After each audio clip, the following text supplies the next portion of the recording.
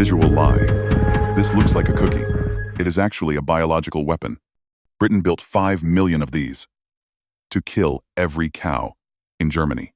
If you hold it in your bare hand, you are safe. But if you break the crust, if you let the contents touch your tongue, you start a chain reaction that ends in agony. This is Subject N. In the winter of 1942, Winston Churchill didn't order bombs, and he didn't order bullets. He authorized a plan to drop these from the skies, turn the enemy's food supply into a ticking time bomb, and make Germany uninhabitable for generations. This is the untold story of Operation Vegetarian, the moment humanity stood on the edge of biological suicide. Most people think of World War II in black and white. But by 1942, Britain was desperate. London was burning. The people were starving. In the shadows of this desperation, the definition of war crime began to blur. The War Cabinet stopped asking, "Is this ethical?" and started asking, "Will this kill them?" In this climate of fear, a biologist named Paul Fildus stepped forward. He didn't believe in rules. He looked at a map of Europe and didn't see cities. He saw biological systems waiting to be disrupted. And he was about to propose the most insane weapon in history, the monster in a lab coat. Paul Fildus was not a hero. He was a monster in a lab coat. While other scientists in London were frantically inventing medicines to save soldiers bleeding in the trenches, Fildus sat in his office at Porton Down, obsessed with finding the most efficient way to end life. Porton Down wasn't just a lab. It was a fortress of secrets, hidden deep in the British countryside, surrounded by barbed wire and armed guards. Inside, Fildus ruled like a king. He was known for his cold brilliance. He looked at the Nazi war machine sweeping across Europe and argued that shooting soldiers one by one was a waste of time and resources. "Don't kill the army," he famously said to his superiors. "Kill the food." He proposed a concept called total war in its most terrifying form. He argued that an army marches on its stomach. If you could wipe out the food supply of the Third Reich, the regime would crumble within weeks. Factories would stop. Soldiers would weaken. Civilians would riot. But to achieve this, he needed an agent of destruction that wouldn't just kill. It needed to replicate. It needed to be alive. He chose Bacillus anthracis anthrax. Anthrax is nature's perfect killer. It is ancient, dating back to biblical plagues. It is resilient. When anthrax bacteria are stressed, they don't simply die like other germs. They form spores, microscopic, armored shells that protect the DNA inside. These spores are virtually indestructible. They can survive in boiling water. They can survive freezing winter temperatures. They can sit in the dirt, waiting for 100 years without losing a fraction of their potency. They are the sleeper agents of the microscopic world. Fildus realized the flaw in previous biological weapons: delivery. You can't just spray the spores on the people from a plane. The wind blows it away, or people wear masks. He needed a vector that would bypass defenses. He needed the cows. Cows are the perfect biological mules. They are mobile. They are everywhere in the pastures of northern Germany. And most importantly, they are biological vacuum cleaners, constantly grazing. Fildus calculated the grim mathematics. If he could infect the cattle herds, the bacteria would multiply in their blood at a geometric rate. The cows would die. Yes, but the horror would only be beginning. The dead carcasses would bloat and burst, releasing billions of fresh spores into the German soil. The lush green pastures would become toxic wastelands. The groundwater would be contaminated. Any human who handled the meat, or the leather, or even walked on the infected ground, would contract the disease. It was a plan to turn the very geography of Germany against its people. The soap factory cover-up.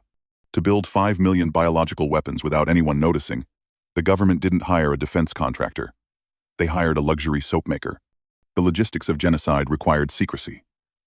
If German spies found out, they would retaliate. So, the Ministry of Supply quietly contracted a high-end soap manufacturer in London, a company famous for making fragrant bath products for the British aristocracy. The irony was palpable. A factory designed to cleanse the body was about to produce a weapon designed to liquefy it. Inside the perfume-scented factory, the workers were fed a lie. They were told they were manufacturing a new type of synthetic cattle feed to help the war effort. They had no idea they were assembling the components of an apocalypse.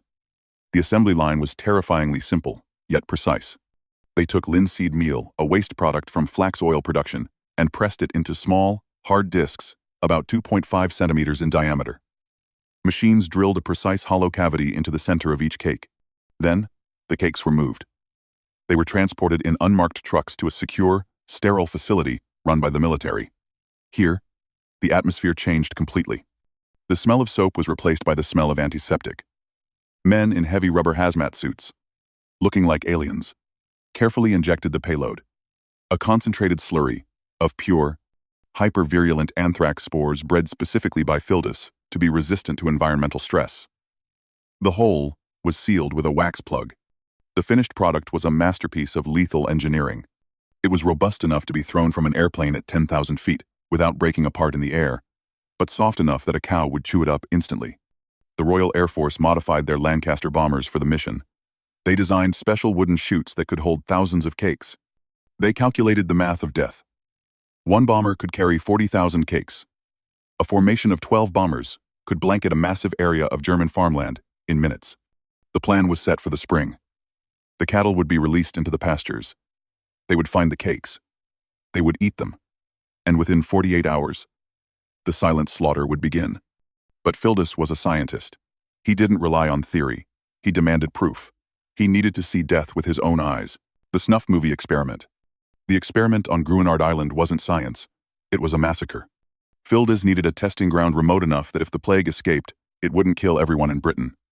He found Gruinard Island, a small, oval-shaped rock off the coast of Scotland. It was beautiful, covered in green grass and heather, completely isolated. In the summer of 1942, the military seized the island. They banned all public access. They transported a flock of 80 sheep to the island's grassy slopes. Fildus and his team set up observation posts on the mainland, zooming in with long-range telephoto lenses. They were about to film a horror movie.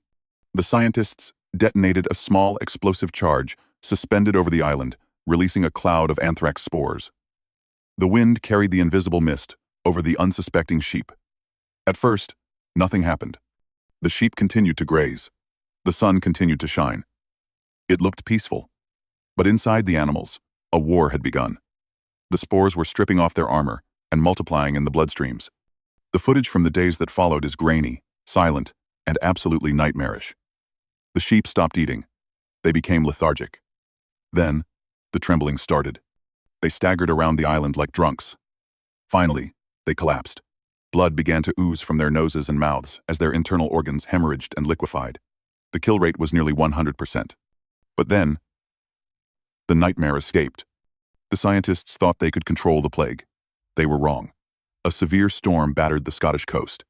One of the infected sheep carcasses, which had been buried near the shoreline, was unearthed by the violent waves. The bloated, toxic body bobbed across the narrow stretch of sea and washed up on the mainland beach. A local farmer's dog found the carcass. The dog licked the infected meat. The dog died violently. Then, the farmer's own livestock started getting sick. The Gruinard beast was loose. This is the moment where Operation Vegetarian almost backfired on Britain. If the outbreak had spread, the very weapon designed to kill Germany would have decimated Scotland. The military reacted with ruthless speed. They sealed off the area. They confiscated the infected animals. They burned the bodies in hastily dug pits. They imposed a strict quarantine and threatened anyone who spoke of it with treason. They managed to stop the spread. But the incident proved one thing. This weapon was chaotic. It was wild. Once you released it, you could not call it back. The trigger moment. We were 24 hours away from the end of the world. By 1944, the stockpiles were full.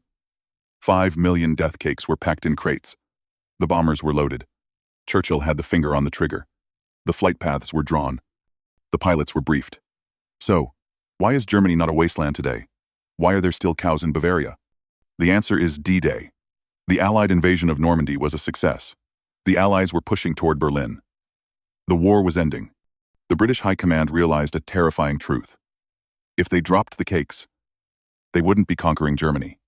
They would be inheriting a graveyard. Imagine the alternative history. If the order had been given, millions of cattle would have died within a week. A famine of biblical proportions would have swept through Europe. But worse, the soil would have been poisoned. If Allied troops had marched into that zone, they would have breathed in the spores. They would have died alongside their enemies. their lungs filling with fluid. You cannot occupy a land where the dirt itself kills you. The order was cancelled. The 5 million cakes were quietly taken to high-temperature incinerators and burned to ash. The smoke of the vegan weapon drifted into the sky, and the secret was buried. But the legacy of the operation did not disappear. It sat on Grunard Island, the unwashable stain. You can burn the cakes, but you cannot kill the curse. Even after the war ended, Grunard Island remained a toxic dead zone. The spores released in 1942 were still lethal in 1990. Scientists who visited the island in full protective gear found that the bacteria in the soil were just as potent as the day they were released. It was a perfect time capsule of biological horror. It took 280 tons of formaldehyde and seawater to finally scrub the island clean. They effectively had to pickle the entire island in acid to kill the creation of Paul Fildes. Operation Vegetarian serves as a grim warning. A nuke destroys a city with a bang. It is loud. It is undeniable. But this weapon was designed to destroy a civilization with a whisper. As we look at the world today, with genetic engineering advancing every day, the technology of 1942 looks primitive. But the mindset, the willingness to cross the line, to risk the future of the planet for a tactical advantage that hasn't changed. The cakes were burned. The island was cleaned. But the idea remains. And sometimes, the scariest weapons aren't the ones that explode. They are the ones that look like a treat, waiting in the grass for a hungry mouth.